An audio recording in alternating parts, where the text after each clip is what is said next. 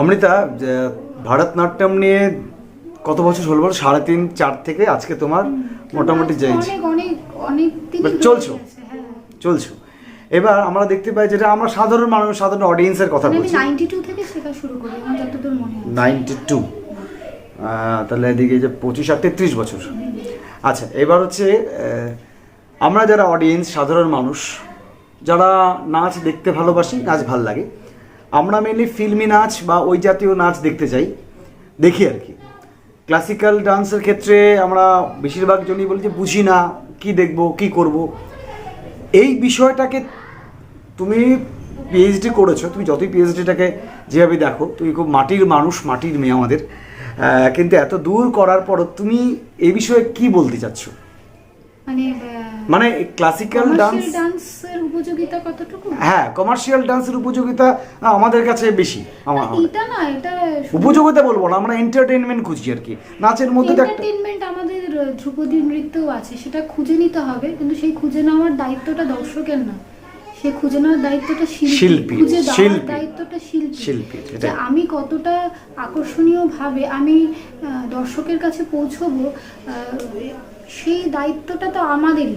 এবং এই যে শিল্পীদের ঈশ্বরের সন্তান বলে, মানে এটা হয়তো তোমরাও শুনেছো, ঈশ্বরের সন্তান কেন বলে, তার কারণ শিল্পীদের মধ্যে একটা অদ্ভুত ক্ষমতা থাকে। আমরা স্টেজে একজন দাঁড়িয়ে 100 জনকে, মানে আমাদের সামনে থাকা 100 জনকে একটা লহমাতে যেমন কাঁদিয়ে দিতে পারি, সেরকম হাসাতেও পারি। আচ্ছা, সুতরাং আমরা যদি কাঁদাতে পারি, আমরা হাসাতে পারি, তাহলে এই যে ওয়ার্ডটা তোমরা বললে যে এন্টারটেইনমেন্ট, সেটা কেন করতে পারবো না? তাহলে সেই দায়িত্বটাও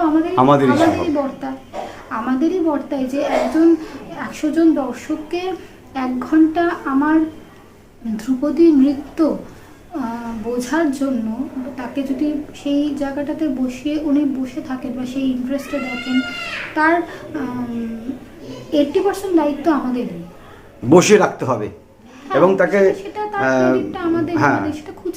সে যদি বিষয়টা উপভোগ করতে পারে, জানতে পারে, সেটা আমাদের ক্রেডিট।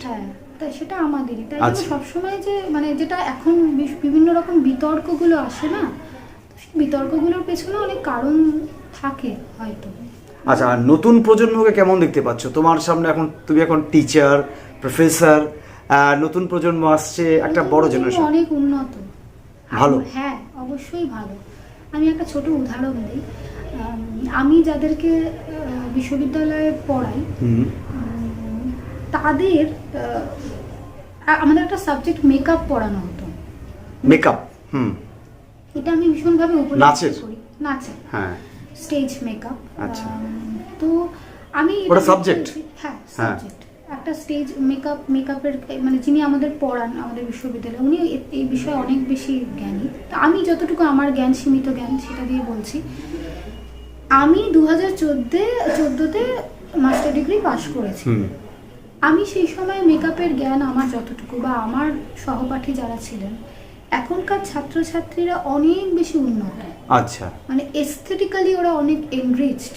আচ্ছা, হ্যাঁ, যে একটা চরিত্রের একটা মেকআপ কিরকম হবে, সাজসজ্জা কিরকম হবে, চলন কিরকম হবে, এরা আমাদের থেকে অনেক উন্নত। আমি সবসময় এদেরকে এগিয়েই রাখবো। আমাদের হয়তো এদেরকে একটু হাতটা ধরে এগিয়ে দিতে হবে, কিন্তু আমি তো উন্নতই বলবো।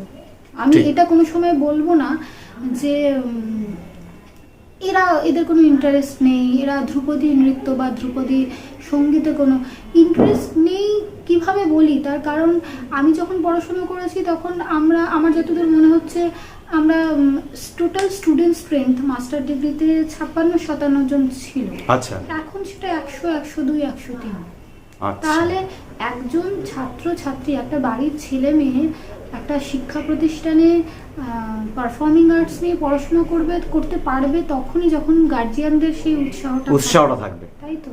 সেটা যদি হয় তাহলে তো আমি এগিয়েই রাখবো। আমি তো বলবো যে সময় এগোচ্ছে, আমি তো বলবো না যে এক জায়গায় আটকে রয়েছে। বিরাট একটা সময় তোমার থেকে আমি নিলাম। আর আরেকটা বিষয় হচ্ছে, কারণ না এইটুকু কথা না বললেই হয়। আমি আসছি ওখানে, 3টে অপশন দিচ্ছি। অমৃতা নৃত্যশিল্পী, অমৃতা স্টুডেন্ট, অমৃতা হাউসওয়াইফ বা ওয়াইফ অবশ্যই, অমৃতা মা, 4টা রূপ অমৃতার, কোনটাকে তুমি বেছে নিবে মেনলি? মা। গ্রেট। সব শেষে সন্তান একটা আমার মা কবে হয়েছে? আমার মেয়ে হয়েছে 2022-এর অগাস্ট। 2022-এর অগাস্ট। আচ্ছা। এটা এমন একটা আর লাস্ট প্রশ্ন, শ্বশুর বাড়ি কোথায়? আমার মিশাতে কলকাতায়, দমদম। কলকাতা দমদম। আচ্ছা, মানে তুমি জলপাইগুড়িতে মাঝে মাঝে আসছো? হ্যাঁ, মাঝে মধ্যে আসি। এখানে বাবা মা তো রয়েছেন, বাবা মা আছে, তোমার কাজকর্ম তো উত্তরবঙ্গ কেন্দ্রিক হয়ে গেছে এখন বলতে গেলে অনেকটাই। হ্যাঁ, কিছুটা এখন আছে। যে প্রজেক্টটা কাজ করছি সেটা উত্তরবঙ্গ কেন্দ্রিক, কিন্তু আমার ভবিষ্যতে মানে পাশাপাশি আমি ধ্রুপদী নৃত্য সঙ্গীত নিয়েও কাজ করছি। আচ্ছা।